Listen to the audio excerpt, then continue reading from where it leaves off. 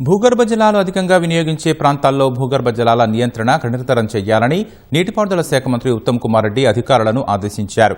వర్షపు నీటి సంరక్షణ వ్యవస్థలను మెరుగుపరచాలని సూచించారు. భూగర్భ జల శాఖ అధికారులతో సచివాలయంలో మంత్రి సమీక్ష నిర్వహించారు.